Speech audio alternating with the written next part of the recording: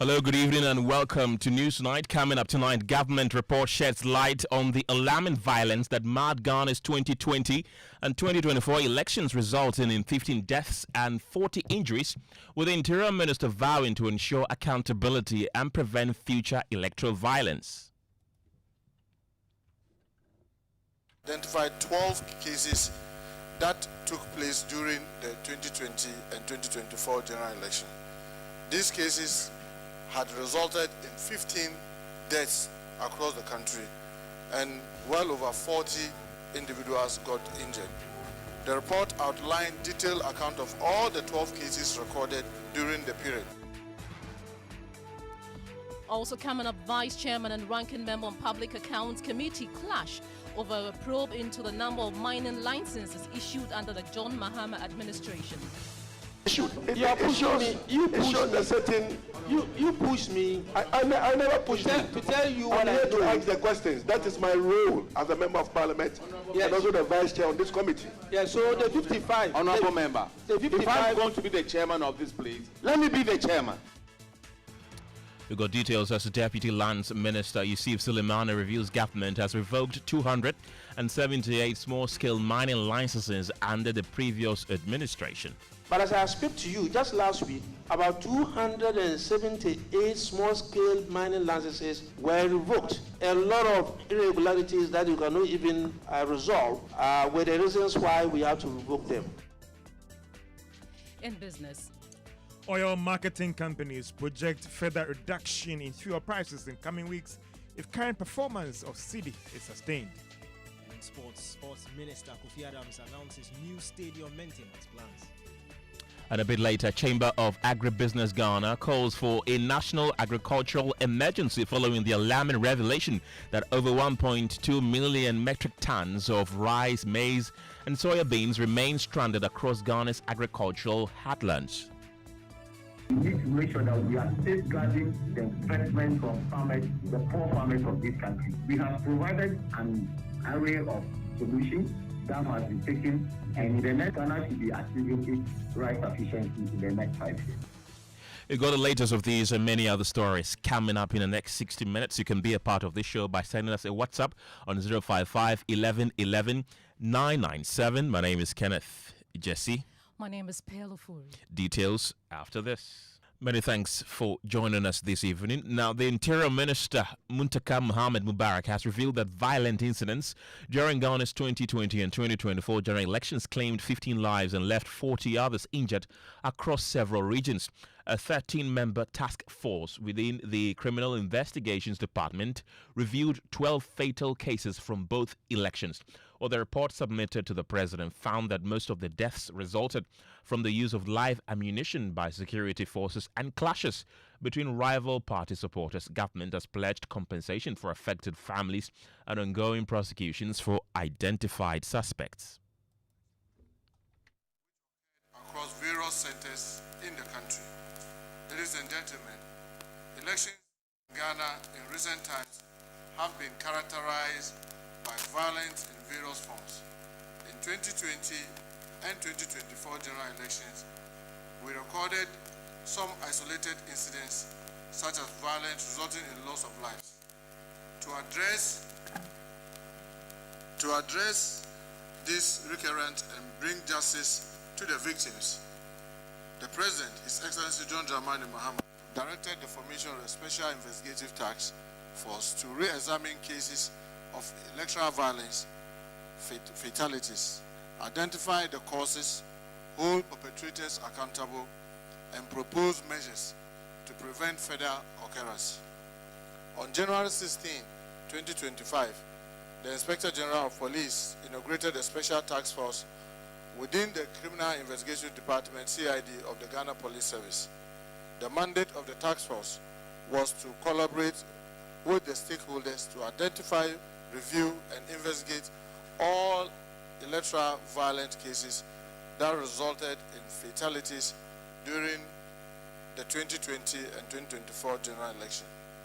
The Special Investigation Task Force identified 12 cases that took place during the 2020 and 2024 general election. These cases had resulted in 15 deaths across the country, and well over 40 individuals got injured. The report outlined detailed account of all the 12 cases recorded during the period. Muntaka Mubarak also revealed that the investigative task force uncovered disturbing evidence of excessive force by both police and military personnel during election security operations in 2020 and 2024. At least 7 deaths were directly linked to live rounds fired by security teams attempted to control the crowds. The Interior Ministry's report cited poor coordination, indiscipline and disregard for standard crowd control procedures. This incident spanned multiple regions, including Bono East, Greater Accra region, Bono region, Northern region, Central region, Savannah, and Asante region. The circumstances of each case vary, but nearly all involve the use of firearms during confrontation between supporters of the two major political parties, and instances where security personnel resorted to the use of live ammunition, warning shots as means of crowd control. Investigation into one of the cases during the 2020 general election at Ododo was completed. The Attorney General is currently prosecuting 3 persons who are standing trials at the High Court Criminal Division, Accra. The investigation established that 3 of the cases resulting in 4 deaths are traceable to the use of firearms by armed police patrol teams. Military personnel were also found to be responsible for 3 of the cases resulting in the death of 3 persons when they intervened to restore calm to chaotic crowds. Investigation further established that 4 of the cases, which resulted in 5 deaths, were recorded when party enthusiastic supporters resorted to the use of firearms against their opponent. The 2 other cases involve persons who were lynched during confrontation between supporters of the 2 major parties. It is worth noting that 21 suspects have been identified through witness interview, scene visit, reconstruction of crime. Now, investigations into the 2020 and 2024 election-related deaths have led to the identification of 21 suspects across the country.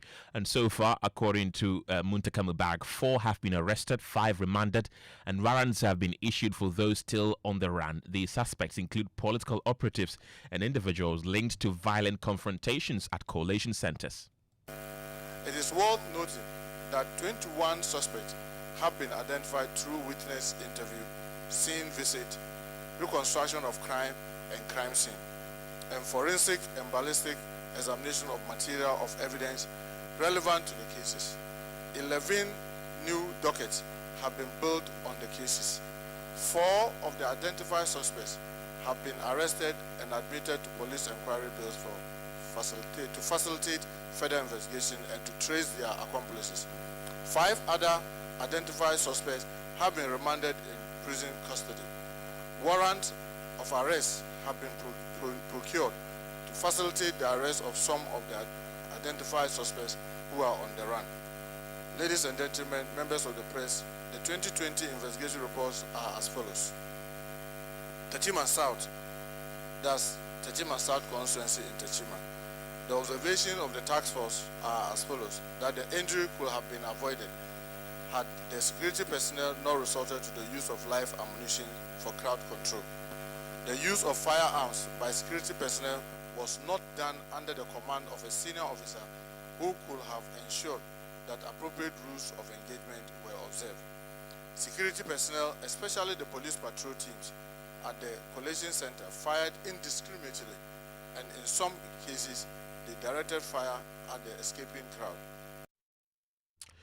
Apologies for the poor quality of sound there, but let's go into the telephone lines right now and speak to security consultant Professor Kwesi Enin. Thank you very much for your time this evening. You've been listening in on to what the Interior Minister said earlier, and he says that most of the election deaths, that is almost half, resulted from live ammunition which were fired by security forces. Really, what does this say about the professionalism and preparedness of Ghana's security agencies, especially during crucial elections like those that happened in 2020 and 2024? Well, I think it paints a very disturbing picture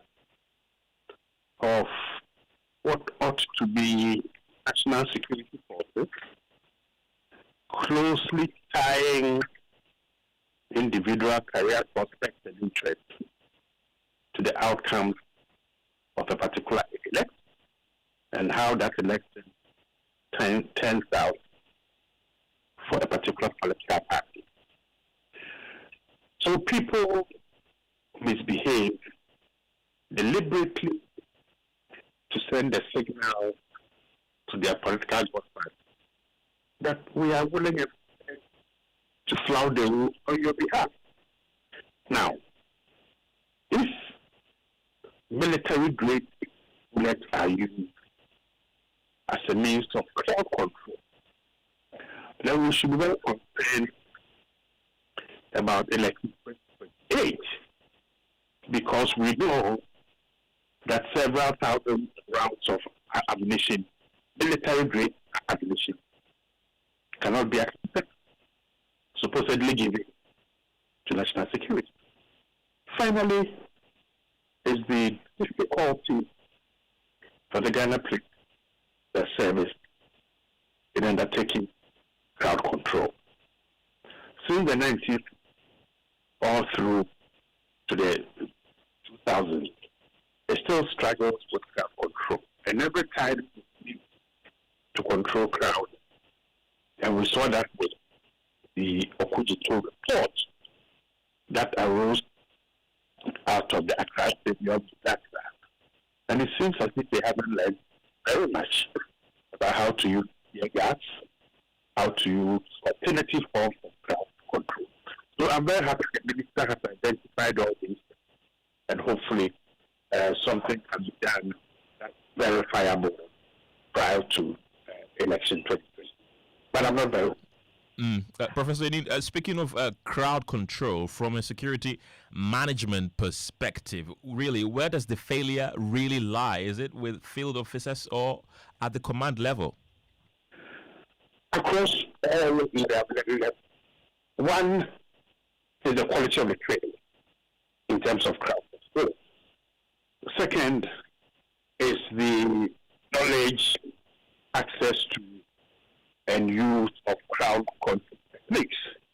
So almost every time that the police must control crowds, their first resort is either to misuse the tear gas, to fire it wrongly into the wrong part of the crowd, or basically also to use live bullets.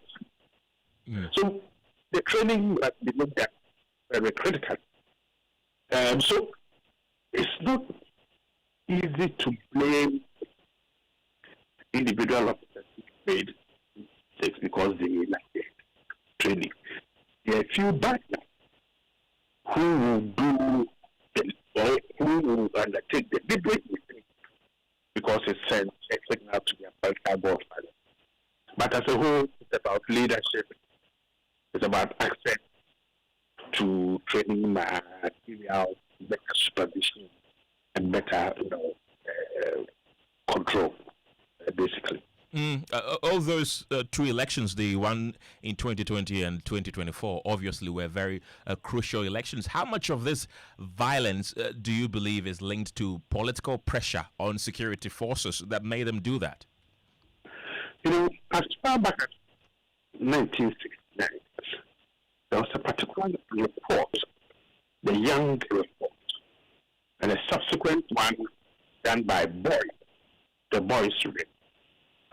Both reports had recommended the establishment of a Ghana police force. Those days the word was that was insulated from political control, political meddling. The subsequent action committee report also made recommendations to ensure that the service was insulated. But over time, people's personal expectations for promotion. We saw about 2 years ago this commissioner of police who came out blatantly in support of the new patriotic party and misbehaved in ways that you wouldn't expect a senior police officer to behave. You know, so the institutional culture that insulates service from political meddling over time has been undermined. Upright officers have been transferred, some demoted, and particularly when exams are made. If you read the Bureau report about extreme cases also of favoritism within the service system. All right, Professor Koscieni, I want to thank you very much for your time this evening. That's a security consultant. Let's still stay on the telephone lines and bring in Tanko Rashid Computer, who's the Deputy Director of Elections and IT with the governing National Democratic Congress. Thank you very much for joining us this evening. Of course, the Interior Minister's report has cited political actors' involvement in this particular clashes and which resulted in deaths. Really, there are concerns and fears that if some high-ranking members within the NDC, for instance, are implicated, they might be shielded. Will the NDC be willing to avail anybody who is implicated in this report?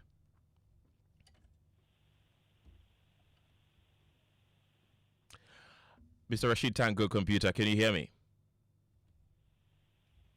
Right, Rashid Tanko Computer is the Deputy Director of Elections and IT with the National Democratic Congress, who is joining us on the telephone lines right now to talk about the Interior Minister's report, which cited that about 14 persons, or 15 actually, died in election-related violence in the elections of 2020 and 2024 there, and they've cited that the police and the military were complicit. They fired live ammunitions, which resulted in 7 deaths. And of course, the minister has also indicated that they're currently on a manhunt for about a dozen of them. 20 of them, as we speak right now, are on the run. We have Rashid Tanko Computer back on the telephone line right now. Rashid, grateful for your time this evening. This report says that political actors also have been implicated. There are concerns and worries that if a high-ranking official, for example, from your party is implicated to have been involved in the death and violence that ensued in the 2024 and 2020 elections, you will show them. Are you going to promise us that anybody that is implicated at the hierarchy of your party will be availed to the police and prosecutors? Very well, let me say good evening to you and your cherished listeners. I think the report is very clear. We said this time and again, since 2020, we've been calling for this kind of investigation. But the actors then, the then administration, knew what was going on and was bent on shielding the perpetrators of such heinous crimes. Thankfully, we have now gotten a better government in place, and this investigation has been carried out. The truth is now coming. I can assure you, the NDC as a political party is very mindful about electoral violence and its impact on our democracy. We're very, very mindful about it. So we've been very careful about the way we approach elections and all that. And we said this time and again that the NPP were so reckless, the way they were using the state security to deal with issues of elections was terribly bad, unprecedented. So I'm not surprised with this kind of report. Well, I'm not surprised at all that this thing has now come home and everybody is now seeing it. And we stand by the Interior Minister and the government of His Excellency John Dramani Mahama to deal with these people decisively, because under our watch, it won't happen. Just look at the number of people they killed just in order to get themselves elected into office. Why? Election too, you're going to be killing innocent Ghanaians. When we said this, they were thinking that we're lying, and then they will rubbish everybody. They'll go and do their Kokofu committees and rubbish everybody. Now the chicken has come home to roost. Mr. Rashid Tanko Computer, it's good you mentioned that under your watch this would not happen. So several of the incidents reportedly occurred at collation centers. Now, what concrete steps is the NDC, your party controls the security apparatus in the country, what concrete steps is the NDC taking to ensure that your agents and supporters avoid confrontations and indeed maintain calm in future elections? Well, that's what I'm saying. Time and again, we invest heavily in training of our political actors, our election officials. We invest heavily in that, in training. And so our officers are very careful when they are at polling stations. You hardly see party activists, officials of the party will go to polling stations and misbehave, or collation centers and misbehave, because they have been trained and they understood very well the dictates of elections and its management. Unlike our opponents, they don't train. They rather rely on the state security to kill people. That's what they do. That is their problem. They go there and mess up everybody at the polling station. They don't invest in training their officials. So the officials will go to polling stations and they ask them ignorant questions. And that will trigger all manner of activities over there that has an impact on security at polling stations and collation centers. For the NDC, I can assure you, we will continue to invest in training our people and making sure that they understand the dictates of elections, and that will be the peaceful nature at the polling stations. And that is why if you look at all the by-elections we have gone so far under our watch, nobody died. Nobody has been named. Mr. Rashid Tanko Computer, Deputy Director of Elections and IT for the NDC, thank you so much for speaking to us on Newsnight. Right, you can join this conversation by sending us a WhatsApp on 055 11 11 997. Share your thoughts with us. The grim picture that the Interior Minister Muntaka Mubarak has painted to us earlier today is that 15 people lost their lives due to election-related violence in elections 2020 and 2024, and more than 30 of them have also been injured, and the state is obviously on a manhunt for those people. We just heard from the NDC's Rashid Tanko Computer. It's now time to hear from the MPP, and the Director of Research and Elections with the New Patriotic Party, Evans Nimakon, is on the line to speak to us. Thank you very much for your time this evening. These elections happened during the time when the MPP were in power. And of course, these statistics show that the security forces their actions resulted in about half of these deaths. The concerns are that really, were they acting on the instructions of the party, or perhaps these were actions that could have been prevented if they really did not fear that any action contrary that they take could result in them being transferred or anything otherwise, due to the fact that the MPP was the one in charge of the security in the country. Well, Evan, thank you for having me, and good evening to you. I think when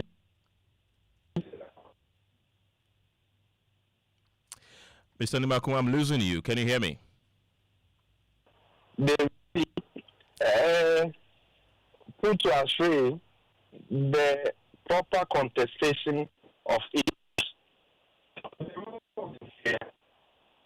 has engaged the people of Ghana on issue of electoral violence. For me, we have not we extended. Mr. Nimakun, your line is pretty bad. If you can kindly reposition yourself.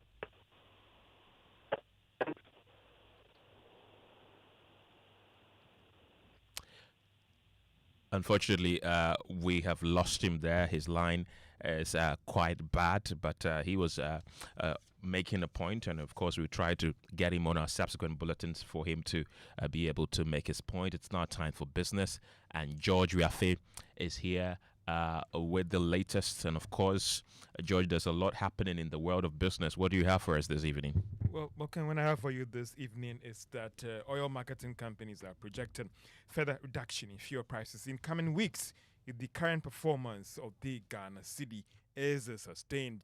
And Volta Authority targets 1,800 megawatts boost to sustain power export gains.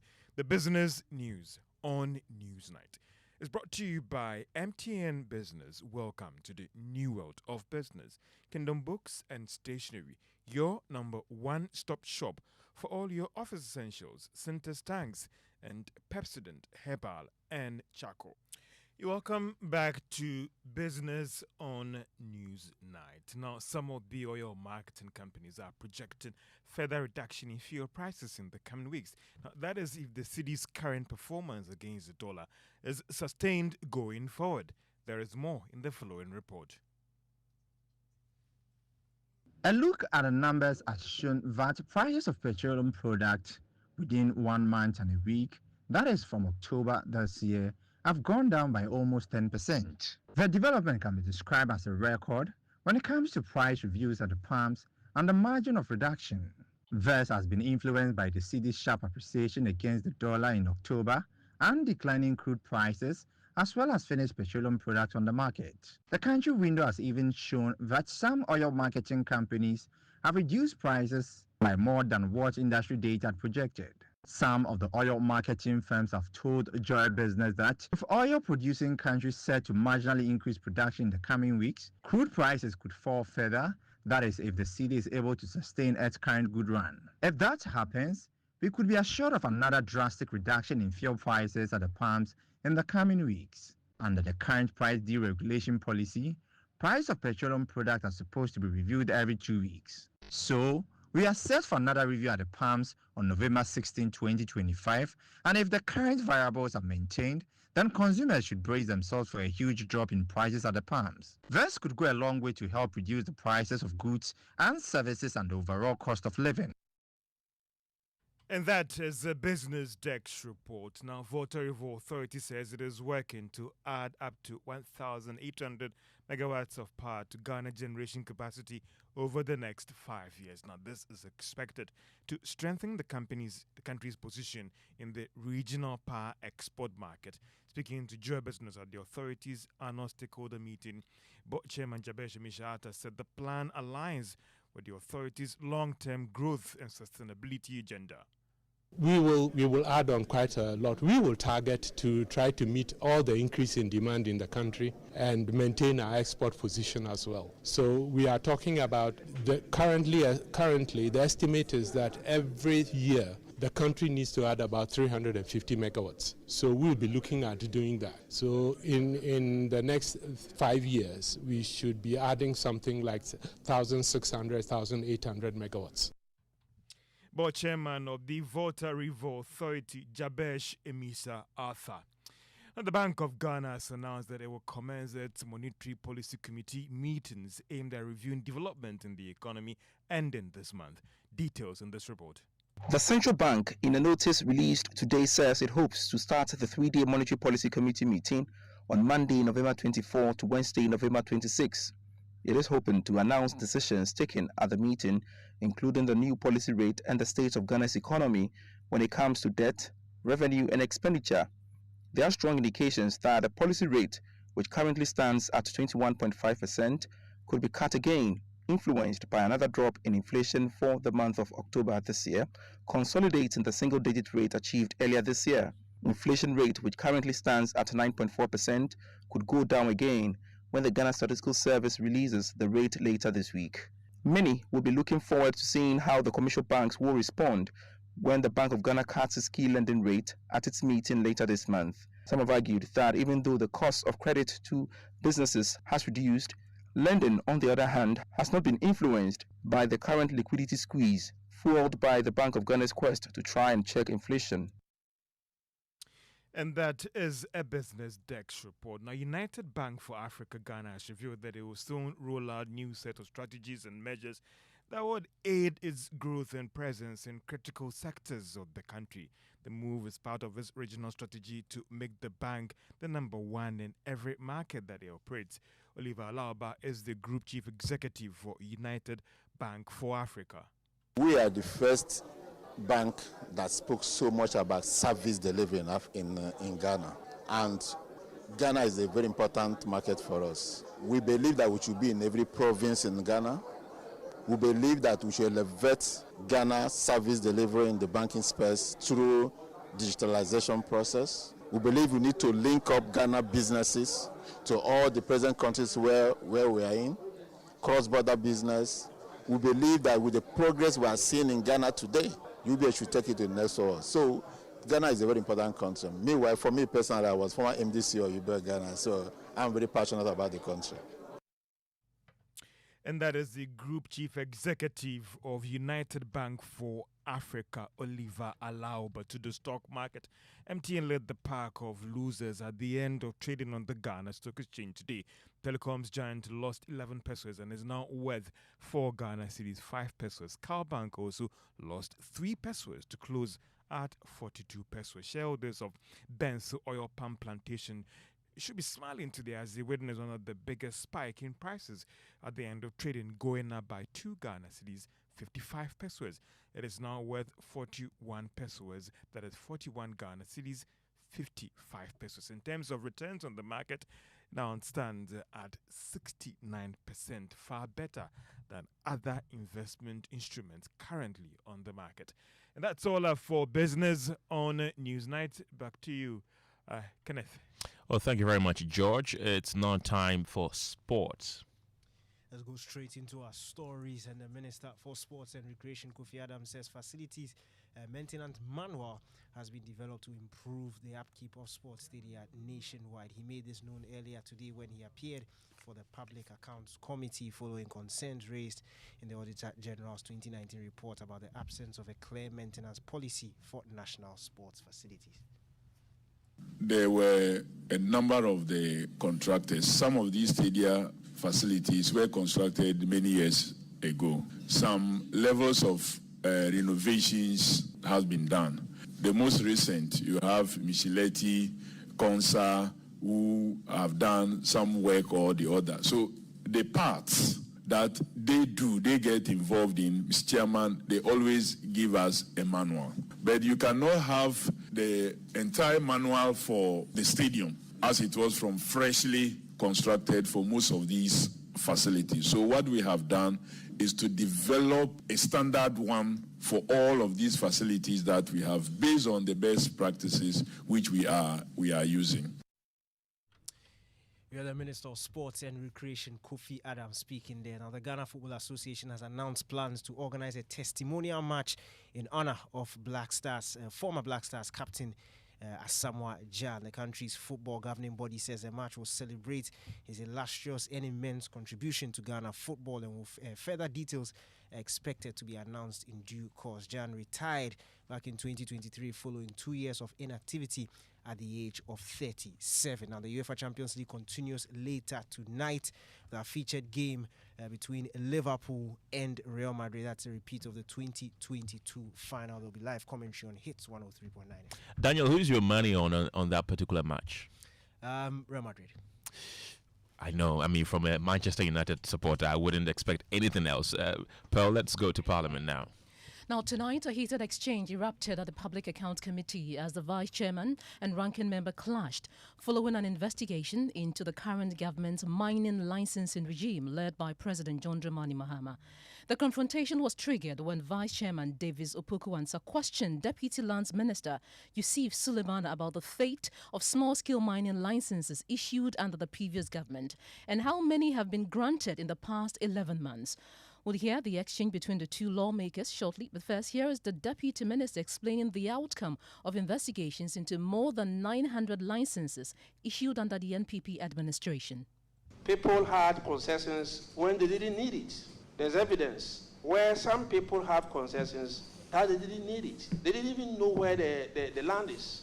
And so we have reviewed the small-scale licenses, like I said earlier on. About 1,200, close to 1,300 licenses were reviewed. And when we reviewed them, about 907 irregularities or infractions were identified. We further checked and realized that some were administrative in nature. And so those that were administrative in nature, we asked Minerals Commission to resolve them themselves, which they did. We found out that even in so many cases where the officers had said that don't go ahead, these are the reasons why I'm asking you not to go ahead, some officers went ahead and approved and gave out those concessions. We have revoked them and we challenge them to take us to court. Well, my colleague James Aveji is at the proceedings for us and joins us via telephone. James, what exactly was the deputy chairman trying to find out after this explanation? So, Paul, he was trying to get a clear figure, an exact figure from the deputy minister on the number of licenses this government has issued so far on the back of the fact that they have revoked over 278 of the previous licenses. Can you, as a ministry, Minerals Commission, EPA, publish for the consumption of this country mining firms whose licenses have been revoked? We need to know. We want that publication done. I think last week, those that we revoked, if you check in the dailies, I'm not very sure, but on our website and on other platforms, we publish all of them, 278 of them. I can send a soft copy of those ones to you so that you can share to your other friends so that you go far.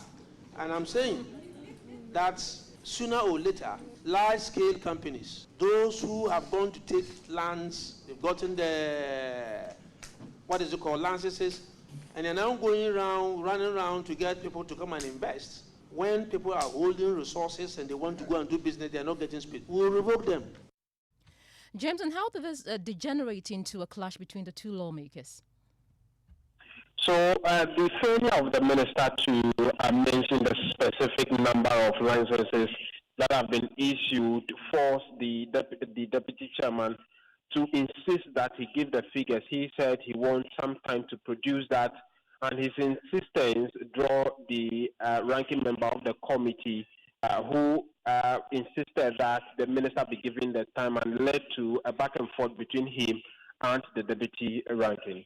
How many of the licenses have you given out? 0, 10, 20, 100. We want to know. So when it comes to small-scale licenses, I cannot, as I sit here, give you any figure. I cannot give you any figure. Chairman, I just confirmed with my CEO and our, we swore an oath, right? And we are serious and patriotic citizens sitting here. We will not want to give you any information that will contradict what we have in our data. And so if you want us to give you accurate information, give us by close of day. We will print it out and come and give it to you today. But we don't have it here and we're not guests. Okay, but just to put on record, yes, I told my acting CEO that we should not conjecture any figure. You know why? After the December general election, we are asking about the number of licenses that we have given in this year. Is that not the case? After the elections, immediately after the elections, just 4 days for the new president, His Excellency John Dramani Mahama, to be sworn in, 55 licenses were signed. So if we are talking about new ones that were signed, we can begin from there. That at least 55 were signed. We'll go and add whatever that we have added and bring it to you. Minister, the interesting thing is that you remember the licenses that were issued 4 days to the expiration of the previous government. Yes, in a row. But you don't remember the number of licenses you have issued. James, and how was this issue resolved? Well, after the back and forth, the deputy chairman walked out of the committee room while the proceeding was still ongoing and came back later to join the proceedings. It is unclear whether he is going to have any discussions with the ranking member on the committee, but as far as the committee level is concerned, the proceedings were concerned, there was no further interaction between the two on this particular matter before the rules for today. James Aveji, and he joined us from the Public Accounts Committee sittings. Now let's speak to a member of our research team here at JoyNews, Caleb Ziblib. Now, Caleb, you've been looking at the websites of the Ministry of Lands and the Minerals Repository. What have you found in terms of new mining licenses? From January 2025, that's after the swearing of President Mahama, we have 35 mining-related licenses that have been issued. 35. Okay. And if you are talking of only mining licenses, we have 13. So since the swearing of John Mahama as president, we had 13 mining licenses issued. If you add the prospecting and reconnaissance license, we have 15 of them. So we have 2 more. And then if you add the support licenses, and for support, we have some people doing topsoil removal, some people doing civil works, and some people doing construction and consultancies for the mining firms. If you add all those ones, we have 35 mining related licenses. But then if it's only mining licenses, we have 13 of them. Yeah. So that's it for after January 2025. And if you want to go back to the whole of 2025, we have 64 mining licenses only from January, the whole of January. And if you take out the 51 or so that happened in the first 7 days of this year, and then the other 13 happened after January 7th. Caleb Ziblim, thank you very much. He's with our research desk here at JoyNews. Let's still stay in Parliament because the Speaker of the House, Alban Bagbin, has revealed a chilling account of how he was stripped of almost all his privileges and entitlements as the third gentleman of the land during the 8th Parliament. The Speaker was elected Speaker of the Hang 8th Parliament, serving as the first Speaker who did not belong to the governing party. His election saw what many described as the darkest night in Ghana's parliamentary history when an MP distracted the process, bolting with papers in the full glare of the cameras. Well, the incident drew several and severe public criticism, with many, including civil society organizations, calling for a probe. We'll hear more on what other things transpired during his reign, but first listen to him open up for the first time during a meeting with editors of various media houses on why he has never constituted a committee to investigate the incident. We are bringing a new bill to also look at the parliamentary transition. We passed a law, and that is one of the reasons I said what I said earlier on, that we're passing laws for the executive, forgetting about parliament. So we passed a Presidential Transition Act, but there is no law governing the transition of parliament. And you all saw what happened on the 7th of January 2021, because that was a peculiar situation where you have a hung parliament, and there was a serious struggle to get me, coming from a party that is not in government, to be a speaker of people in government. That is something that is being debated by most of you. But I know and I'm convinced that the reasons why we did not set up a committee to go into that thing is in the national interest. And that is why all have come talking to me. I said no. Anyway, I wasn't the speaker then.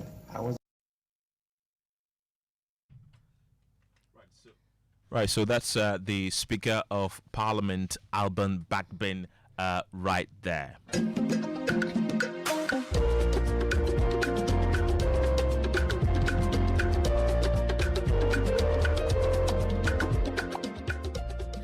And you know that sound, it's NSMQ, and 3 attempts, 1 boy, 1 dream to end Opokuwari School's 23-year NSMQ drought.